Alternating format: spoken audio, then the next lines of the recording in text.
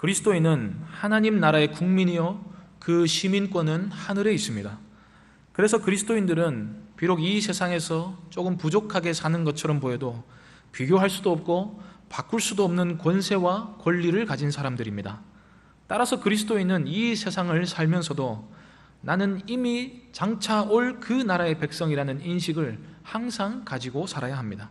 그런데 현실을 보면 내가 하늘나라의 국민이라는 사실이 와닿지도 않고 별로 도움이 되지 않는 것처럼 여겨질 때가 많습니다. 그래서 우리는 천국에서의 삶을 단순히 미래의 일로 치부해버리기 쉽습니다. 그러면 우리가 여기서부터 이미 천국 백성이요 나그네로서 이 세상을 산다는 사실을 잊어버리고 살아서는 이 세상의 방식대로 살고 죽어서는 천국에 가서 그때 생각해 보겠다는 식의 신앙생활을 하게 됩니다.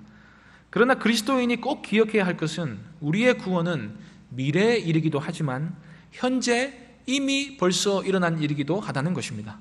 우리의 구원은 완성되지는 않았지만 이미 시작된 것입니다. 하나님은 우리의 영혼을 새롭게 해주셨고 하나님을 아는 지식을 주셨으며 새로운 생명을 주셨습니다. 하나님은 우리를 죄와 사망의 권세에서 건져내셔서 하나님이 사랑하시는 그 아들의 나라로 옮겨주셨으며 하나님의 자녀가 되는 권세와 그 나라의 시민으로서의 권리를 주셨습니다. 이미 우리에게 다 주신 것입니다. 그런데 우리가 이 모든 것이 현실에 별로 도움이 되지 않는다고 느끼는 이유는 이 모든 사실이 눈에 보이지 않는 영적인 차원에서 일어나는 일이고 믿음으로서 받는 일이기 때문입니다.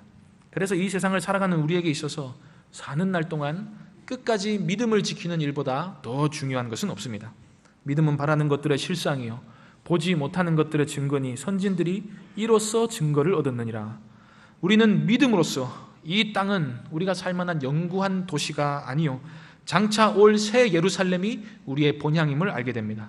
그래서 참으로 믿는 사람은 이 세상에서 어떻게 잘 돼 보려고 하기보다 이 세상을 살면서도 그 나라에서의 삶을 지향하고 그 나라에서의 삶을 연습하며 그 나라에 합당한 사람으로 자신을 준비시키는 사람인 것입니다. 그리스도인은 이처럼 믿음으로써 영원한 나라의 삶을 마음에서부터 시작합니다. 하나님께서 우리가 하나님의 자녀요 그 나라의 시민이라는 사실을 알게 해주시는 통로가 하나 있습니다. 바로 우리가 예수 그리스도를 믿을 때 마음에 한량없는 평강을 주신다는 것입니다. 로마서 14장 17절은 하나님의 나라는 먹는 것과 마시는 것이 아니요 오직 성령 안에 있는 의와 평강과 희락이라고 말씀합니다. 모든 참되고 신실한 그리스도인에게 나타나는 아주 뚜렷한 특징이 있는데 바로 그 안에 세상이 빼앗을 수 없는 평안이 있다는 것입니다. 이는 이 세상 사람들 속에 있는 염려와 불안과 근심과 걱정과 그리고 광포한 죄성으로 그 영혼이 괴롭힘을 당하는 것과는 매우 뚜렷이 구별되는 것입니다. 그리스도인은 예수 그리스도로 말미암아 하나님과 화목하게 된 사람들입니다. 그리고 그 나라에서의 삶 역시도 의와 평강과 성령 안에서 누리는 한없는 기쁨으로 특징 지어집니다. 오늘 우리가 찬송으로 하나님께 각자가 영광을 돌리게 될 텐데 찬송은 바로 그 하늘나라에서의 삶을 여기서부터 실현해내는 일입니다. 본문 말씀에 우리가 여기에는 영구한 도성이 없으므로 장차 올 것을 찾나니 그러므로 우리는 예수로 말미암아 항상 찬송의 제사를 하나님께 드리자. 여기 보시면 그러므로 찬송의 제사를 드리자. 여기에 영구한 도시가 없고 장차 올 도시를 우리가 찾는 것과 찬송의 제사를 드리는 것이 무슨 관계가 있기에 그러므로라는 접속사가 여기 사용이 되었겠습니까? 찬송은 하나님의 자녀들이 받은 은혜와 평강과 기쁨으로 말미암아 하나님 안에서 감사로 드리는 예배입니다. 그래서 우리가 찬송을 부른다는 것은 단순히 노래를 부른다 하는 것을 넘어 하나님의 나라가 바로 지금 여기서부터 시작되었다 하는 것을 선포하는 행위입니다.